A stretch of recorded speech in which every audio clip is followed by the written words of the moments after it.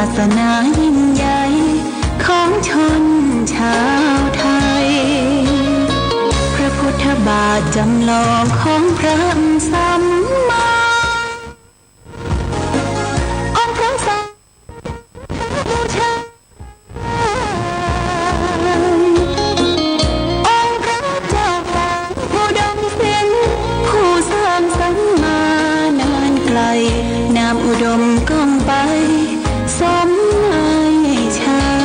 ยาก่อนเป็นวัดร้างโบราณสืบสาน2524พระมหาราชครูเกษราปัญญารมติกาจารย์จากวัดดับภัยเชียงใหม่สืบสานเวลาผ่าน131 ปีนานไกลวัดพระบาทอุดมรุ่งเรืองงามตาเจ้าน้อยบุญธรรมเชียงใหม่ปกครองทุ่มเทแรงกายแรงใจทุกชาติพันธุ์รวมใจรักษามัคคี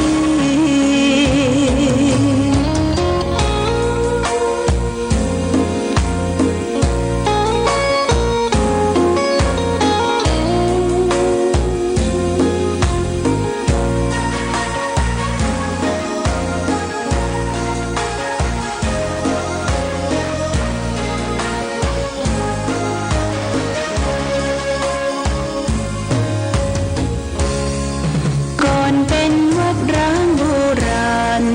สืบสาน2524พระมหาราชครูเกษราปัญญารมติกาจารย์จากวัดดับภัยเชียงใหม่สืบสานเวลาผ่าน131 ปีนานไกลวัดพระบาทอุดมรุ่งเรืองงามตาเจ้าน้อยบุญธรรมเชียงใหม่ปกครองทุ่มเทแรงกายแรงใจทุกชาติพันธุ์รวมใจรักษามัคคี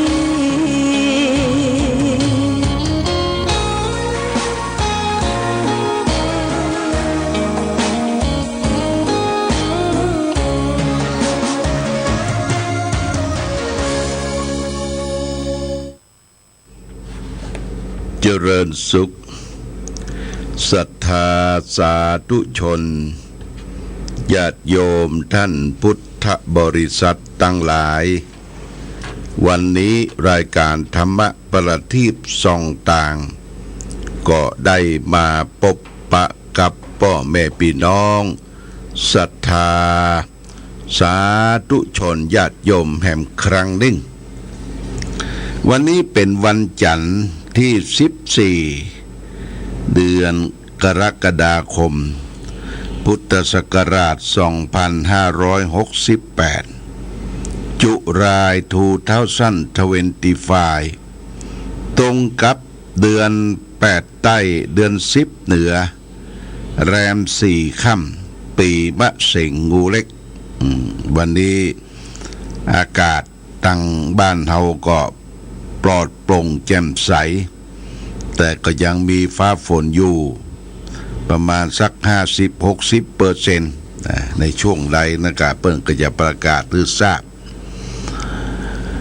วันนี้เป็นวันจันทร์เป็นวันเริ่มงานทางสถานการศึกษาก็ลูกหลานก็จะได้ไปโรงเรียนภาคเขียนอ่านเป็นหน้าที่ของแต่ละท่านแต่ละคนตัววานี่เขาก็หยุดยาวกันมาตั้งแต่เข้าพรรษาเสาร์อาทิตย์หยุดยาววันนี้วันจันทร์เป็นวันเริ่มงานก็ทำงานของไผของมันแต่งานที่หยุดหย่อนบ่ได้ก็คืองานการเกษตรกรรมการเพาะปลูกการทำไร่ไถนา ประเดี๋ยวนี้ก็ต้งนาที่ไหนต่างๆก็ได้ทำกันไปหมดอะเก็บจะเสี่ยงละเนาะเพราะว่าปีนี้ฟ้าฝนมันดีญาติโยมฟ้าฝนมันดีมันตกถูกต้องตามฤดูกาลตั้งแต่เดือน9เดือน10มาก็ทำเมื่อเราได้ทำไร่ไสนาการทำนาบัดเดียวนี่มันเวยที่เวยก็เพราะว่ามันใจควายเล็กรถไถใหญ่รถไถใหญ่แต่ต้องลงทุนลงแรงจ้างเปิ้นไถจ้างเปิ้นเตาจ้างเปิ้นถูเสร็จแล้วก็เรียบร้อยวัน2 วันนี่ก็เตรียมที่จะได้ปลูกได้ฝังการทำนาของคนเฮาสมัยเจนพ่อเจนแม่เฮาแต่ก่อนเฮาใช้แรงงานวัวควายเนาะวัวควายโดยเฉพาะอย่างยิ่งก็ควายเนี่ยเอามาใส่นามาทำนาก่อนที่จะเปิ้นจะฝึกควายได้นี่เปิ้นจะฝึกให้มันลากอันนี้ก่อนลากต้นกล้วยไปตามกองบ้านกองน้อยล่าคือมันคุ้นเคยกับสิ่งที่ทวงที่น่วงกับคอหรือแอกของมันนะว่าอย่างที่มันจะต้องทำไปมาก็เอาเข้าเอาแอกเอาไถเข้าใส่แล้วก็มีเชือกเชือกนี่เชือกทางขวาเปิดห้องว่าเชือกปัดที่จะมัดกับสายดังซ้ายดังซ้ายขวานี่มันมีเชือกปัดถ้ามันจะไปขวากับจักซ้ายแล้วก็เปิ้นจะบอกว่าเวลาไถนาเนี่ยปล่อยมันไปแล้วก็เอาลูกเอาหลานไปจุงก่อนจุงไปเป็นหิ้วไถเรียกว่าไถเป็นหิ้วไถดะไถนาไถนาเป็นหิ้วเขาก็จะได้ยินผู้คนหรือสมัยก่อนเนี่ยตามต้งตามนาเว้นแต่วันพระวันศีลนะได้ยินขวาเนี่ยให้มันรู้จักขวาซ้ายนะไม่มีเชือกปัดละถ้าจะไปขวาก็จักเชือกซ้ายมันเดินตรงกลับไปกลับมาไถนาหรือว่าไถขี้ไถก่อนดะก่อนไถนาแล้วก็ขี้ไถดะแล้วโพดนาโพดอย่างเขาก็ไปเลี้ยงควายละญาติโยมควายก็ไปกินหญ้าในภาคกลางวันกินหญ้าแมลงก็เอาควายมาสู่แหล่งสู่ที่บ้านเขาก็ต้องแปลงเตาไฟให้มันเตาไฟควายเพราะว่าเตาไฟควายนี่กับเอาหญ้าเอาอย่างมาใส่เอาหลัวเอาอย่างมาใส่ให้มันกวงทั้งไหนจุดไฟแล้วคือควรบ่ฮือแมงจำพวกยุงจำพวกหินอย่างมาคบควายเรียกว่าสุมเตาไฟควายเนี่ยควรตำห้างต้งตำในบ้านในจองเฮาและต้านทั้งหลายตื่นขึ้นมาก็ไปทำละเจ้าบัดนั้นได้กินข้าวกี่อย่างออกต้งออกนาก่อนเอาควายเอาออกต้งออกนาฝึกบรรจนช่ำชองควายก็จำได้ควายจำได้อันใดเป็นซ้ายอันใดเป็นขวาพอไปถึงต้งถึงนาเอาแอกเอาหยังใส่คอใส่หยังไถดะไปแล้วเอาก็ดองขี้ไถเนาะดองขี้ไถแล้วก็ก้าวนี่ก้าวล่ะก้าวขี้ไถมันเป็นห้องตอนที่น้ำไปดองขี้ไถก็ดีน้ำก้าวก็ดีเนี่ยปลามันจะมาแล้วนะปลามาไข่ปลาเสด็จน้อยอีหวกเขียดอีหวกกบนี่อีหวกปุ่มมันมาอยู่ก้าวดองขี้ไถสักวังแล้วก็เติกนาเนี่ยปลาก็เริ่มจะใหญ่ละเอาปลาเติกนา ในช่วงที่มันกาวเปิ้นก็จะไปปั้นคะนาเนาะปั้นคะนาเพื่อบ่ให้น้ำมันจืมมันซับลงไปทางใดอันนี้เป็นวิถีชีวิตของคนสมัยก่อนเล็กละอ่อนบะเดียวบ่ได้หันละญาติโยมบ่ได้หันควายไถนางัวส่วนมากนิยมเอาใส่ล้อไปลากเข้าลากยางลากลัวลากฟืนความถนัดบ่เหมือนกันวัวควายเนี่ยถนัดเหมือนกันวัวนี่เอาใจก็ต้องฝึกเหมือนนะต้องฝึกให้ลากล้อลากเกวียนสิ่งที่สัตว์ทั้งหลายได้ฝึกเนี่ยมันหูมันเข้าใจมันช่ำชองแต่ว่าสัตว์ทั้งหลายเพิ่นมันบ่ได้กินข้าวนะญาติมันกินกะหญ้ากินกะเฟืองคนให้เอาเปรียบสัตว์เนอะเอาเปรียบสัตว์ควายงัวนี่ไปนาบ่ดีไปล้อบ่ดีเอาไม้แส้มาตีไม้มาบุบเปิ้นเอาไม้กำมาเปิ้นดีบ่ดีด่าทอว่าล่าพิดีกาล่าพิดีกาเนี่ยคนนี่มันเป็นยักษ์เป็นเมนเป็นคนดุนะคนเนี่ยเอาเปรียบสัตว์ทั้งหลายเพราะฉะนั้นเปิ้นจึงบัญญัติศีลว่าเฮาอยู่ร่วมกันสัตว์กับคนเนี่ยจะไปเบียดเบียนกันจะไปอิจฉาตาร้อนเบียดเบียนกันข่มเหงกันเองร้ายที่อินเดียนี่ญาติโยมนะอินเดียถ้าเฮาไปเนี่ยเปิ้นจะมีวัวมีควายโดยเฉพาะอย่างยิ่งวัวเปิ้นปลดเกษียณละวัวนี่ก็ปลดเกษียณปล่อยไปตาม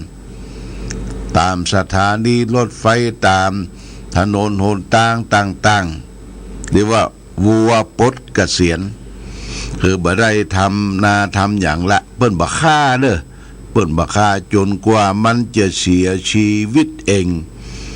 งัวถือว่าเป็นเทพเจ้าของอินเดียปางหนึ่งเปิ้นจะปล่อยไปตามหนตู้หนทางตามบ้านน้อยกองใหญ่มันก็ขี่ไปตามถนนหนทางแต่ขี่วัวขี่ควายทางอินเดียถือว่าเป็นของดีแหมละเปิ้นเอาไปโมะกับฝาเฮือนเอาไปตากแห้งเป็นหลัวเป็นฟื้นแหมละญาติโยมบางทีเอาขี้วัวขี้ควายในไปทาฝาทาอย่างป้องกันแดดป้องกันลมอันนี้เป็นกรรมวิธีเป็นว่าสัตว์มนุษย์โลกเนี่ยอยู่ด้วยกันถ้อยทีถ้อยอาศัยอย่าไปข่มเหงคันเองร้ายซึ่งกันและกันมันเป็นความสมดุลทางธรรมชาติที่เกิดขึ้นอย่างที่ทางวัดพระพุทธบาทอุดมเนี่ยญาติโยมตอนเจ้าเฮาก็จะได้ยินไก่ขันจะได้ยินนกเขาคู่ขันเรียกร้องหากัน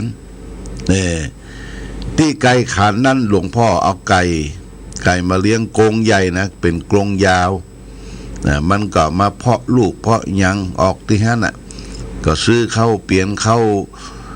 คัดเข้าอย่างมาฮื้อมากินมันก็ตอบแทนขันฮื้อกลางวันนี่ตอนเที่ยงก็ขันตอนแรงก็ขันตอนที่จะเมื่อคืนตีหนึ่งหรือเที่ยงคืนนี่ก็ขันแล้วก็เมื่อเจ้านี่ขัน2 รอบขัน4 โมงกับ5 โมงขัน4 โมงสักกำแหมชั่วโมงก็ไก่ขันตี 5เรียกว่าไก่ขันเลยเนี่ยไก่ขันเลยเนี่ยไก่ขันแจ้งมาหลวงพ่อก็เอาข้าวสารนี่ไปอ่อยตั้งข้างกุฏิอ่อยไว้ก็เดียวกับนกกอแกนกเขานกเอี้ยงก็ลงมานกเอี้ยงนี่มันไม่กินข้าวสารเลยมันกินข้าวซุกข้าวแห้งนกกอแกนกเขานี่ก็มากันเป็นหมู่เป็นจุมมากินข้าวที่อ่อยนะมันก็ไปละญาติโยมมันก็ไปเกาะต้นไม้ต้นตอกที่อื่นข้ามมาก็มาแมลงมาเจ้ามันก็มากินเขาก็อยู่ไปเขาบ่ต้องไปเอานกมาเลี้ยงไว้ในกรงในอย่างละมันเป็นธรรมชาติ เกาะอยู่บนต้นไม้ได้ยินเสียงนกเจ้าจ้าวนกอีแจ๊ดนกกระปูดนกกระปูดนี่ปูดอูดมันจะไปลักกินไข่ นกกระปูดนี่นะไปลักกินไข่เปิ้นอันนี้คือธรรมชาตินะธรรมชาติก็คือธรรมะที่อยู่บ้านเฮารอบตัวเฮาญาติโยมเมื่อปลูกฝังเช่นมะละกอบอกกล้วยเต้เนี่ยนะหรือกล้วยไต้ปลูกฝังไว้ถ้ามันออกลูกออกผลมาเฮาบ่ต้องเอาไว้สุกคาขำต้นพ่องอย่างกล้วยเต้นะมาสุกคาขำต้นนกกิดนะนกบิจลิวนะมันมากินนกเอี้ยงก็กินนะแล้วก็กล้วยถ้ามาสุกขำต้นมันก็มากันเป็นหมู่นี่ดูแลเสื้อผ้าสิ่งแวดล้อมสรรพสัตว์ทั้งหลายอยู่ด้วยกันโดยความถ้อยทีถ้อยอาศัยบะเบียดเบียนสัตว์เล็กสัตว์น้อยเขาก็ได้ถือว่ารักษาศีลข้อที่หนึ่งคือปานาติปาตาเวรมณีสิกขาปะทังสมาธิยามิเนี่ยก็เรียกว่าว่าฆ่าสัตว์ตัดชีวิตอันนี้ฝากไว้เป็นข้อคิดสะกิดเตือนใจแก่ญาติโยมหน้านี้เป็นหน้าฝนเป็นหน้าฤดูฝนแต่ว่าก็มีญาติโยมหลายที่ยกอยู่อย่างเช่น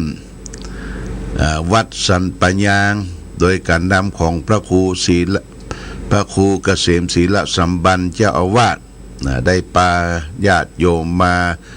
ทำบุญถวายเตียนเข้าพรรษาประมาณเกือบจะ30 คนนะเพิ่นก็ว่าปีนี้รอเตือนได้15เล่มเพิ่นรอเองจัดงามเอามาถวายที่วัดพระพุทธบาทอุดมได้เล่มหนึ่งพร้อมโดยจตุปัจจัยดอกไม้ธูปเทียนเมื่อรับปอนแล้วก็คือโอวาทว่าหน้านี้เป็นหน้าปลูกหน้าฝังหน้าฝนขอทุกท่านทุกคนอยู่บ้านอยู่จองให้ได้ปลูกได้ฝังง่ายคือปลูกอะไรอย่างปลูกยักษ์ไข่เนี่ยญาติโยมปลูกยักษ์ไข่ปลูกข่าถ้ามีขิงก็ปลูกขิงโดยปูเลยเนี่ยปูเลยขมิ้นนะถ้าได้พันแต่ก็มะเสาะปลูกตำหิมหัวหิมหาวปลูกที่มันว่างในบ้านในจองโดยเฉพาะอย่างยิ่งที่เป็นง่ายใจได้ก็คือจักไข่ถ้ามันมีนักเนี่ยมีนักเอาปุ๋ยใส่น้อยหรือมันเล่มก่อมันอ้วนตุเนี่ยเขาก็เอามามัดกับข่าแล้วก็ใส่ใบบะคูที่สักเคส2เคสบะคูต้องปลูกนะถ้ามันมีปลูกก็ไปปุ้นไปซื้อที่เชียงใหม่ที่กาดที่เปิ้นขายพืชผลไม้ญาติโยมนะมันมีขายอยู่ทุกอย่างมีขายเขาก็ซื้อมาจับมาปังมาปลูกไว้ในบ้านในจองของเขาแล้วก็มัดขายได้ขายหมดญาติโยมดีบดีเปิ้นไปซื้อกำบ้านกำอย่างเขาให้ปลูกฝังจะไปขี้ค้านเต็มทีนะให้ปลูกอย่างน้อยก็บ้านละ5 กอ 10 กอจักไข่ขิงข่าอย่างปลูกไปอันนี้เป็นรักษาสมดุลรักษาธรรมชาติวัดก็เหมือนกันญาติโยมวัดนี่ก็เป็นสถานที่กว้างขวางข้างวิหารข้างกุฏิศาลาโรงโบสถ์เนื้อปลูกฝังหลวงพ่ออยู่บนสำนักปฏิบัติธรรมเนี่ยหน้าอนุสาครูบาเจ้าศรีวิจัยที่ท่านก็ปลูกหลายอย่างนะที่มันขึ้นเองก็คือบะเขือแจ้นะญาติโยมมันขึ้นเองบะเขือแจ้แล้วก็บะเขือแจ้แล้วก็อันนี้บะแขว้งหลวงบะแขว้งกุลาเนี่ยมันขึ้นเองเวลามันโดยมาเป็นกั้วเขาก็เอามาใช้ประโยชน์ได้ใส่แกงแค่ใส่ยังต้มจิ้มกับน้ำพริกนะโดยเฉพาะอย่างยิ่งบะเขือน้อยเนี่ยเอามาต้มมาลวกนะปลูกฝังญาติโยมตะเจี๊ยบสีเขียวเนี่ยลวกกับน้ำพริกอร่อย ตีหน้าฮันมันบักกว้างแต่ก็ปลูกได้สะปะปลูกมะม่วงก็มี 4-5 ต้นมะม่วงเดือนนี้รุ่นที่2ออกมาละญาติโยมก็หน่วยมาประมาณ 4-5 หน่วยจูบแยกนั่นจูบแรกมะม่วงหมดไปละแล้วก็เอานี่มาตัวเอาผักละมาปลูกหัน2 เก้าปุเนอะปุออกแก่ดีจากผักละแล้วก็มีบกแควนต้นบกแควน1 ต้นแล้วก็เอาทุเรียนมาปลูกเหี่ย2 ต้นกำลังปุปงแล้วเอาลิ้นจีพันธุ์ดีพันธุ์ดอมาปลูกแหมอันนี้ก็เรื่องการปลูกการฝังเนี่ยถ้ามันออกลูกออกดอกออกผลเฮามันไปใจมันมีความภูมิใจญาติโยมมีความภูมิใจว่าพืชผักผลไม้อยู่ในบ้านในจองเฮาได้ปลูกได้ฝังสืบขี้ตีนขี้มือขึ้นมานี่มันม่วนมันภูมิใจญาติโยมจะไปเมาก็ไปซื้อนะเมาก็ไปซื้อของเปิ้นปลูกเองทำเองผักกีหอมป้อมของมันกันญาติโยมถ้าปลูกได้ก็ปลูกไปจะเข้าหน้าหนาวนี่ผักกีหอมป้องเนี่ยเอาปลูกเป็นแป้งไปบะเขือส้มบะเขือเทศนี่ก็ปลูกไปญาติโยมนะปลูกฝังไว้อันนี้ฝากไว้แก่ญาติโยมท่านสาธุชนทั้งหลายวันนี้ได้มาพบก่อนจากกันก็ฝากหลักธรรมะญาติโยมได้นำเป็นข้อคิดพิจารณาวันนี้เอาเรื่องของกรรมกรรมมังสเตวิภัชติยะทิถังหีนับปณีตตายะ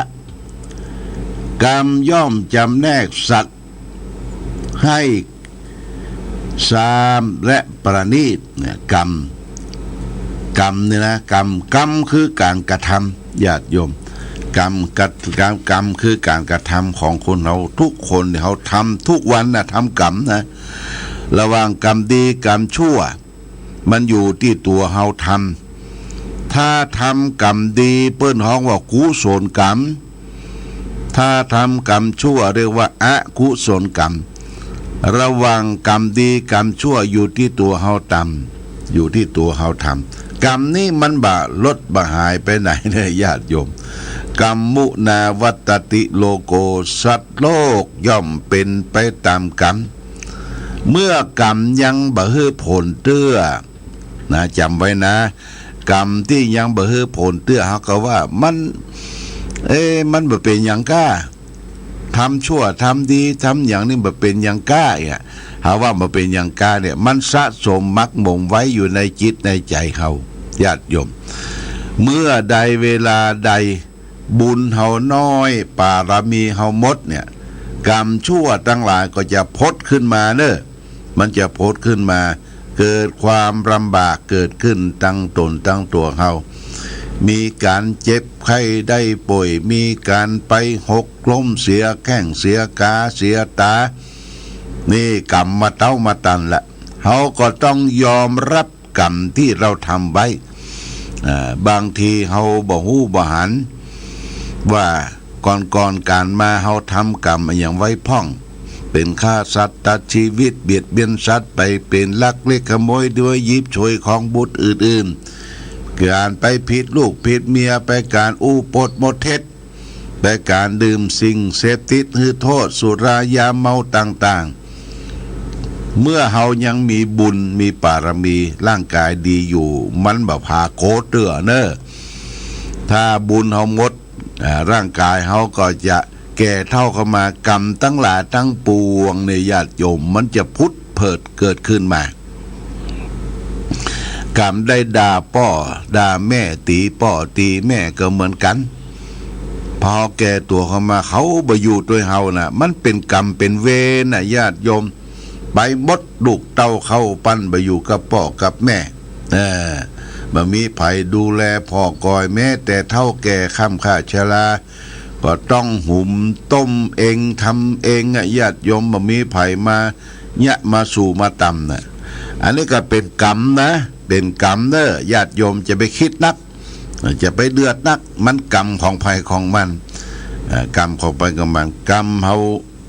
มันปราณีตเดียวสามอยู่ที่เฮากรรมปราณีตคือกรรมดีกรรมปราณีตคือกรรมดีเป็นกุศลกรรมเฮามีสุขภาพร่างกายสมบูรณ์บ่เจ็บไข้ได้ป่วยบ่ถูกต้องบ่หกล้มอย่างใดก็กรรมดีที่เฮาได้ทำไว้ถ้ากรรมเลวทรามเกิดขึ้นในตนในตัวเฮาก็เช่นว่าไปหกไปล้มไปเสียองค์ลักษณะ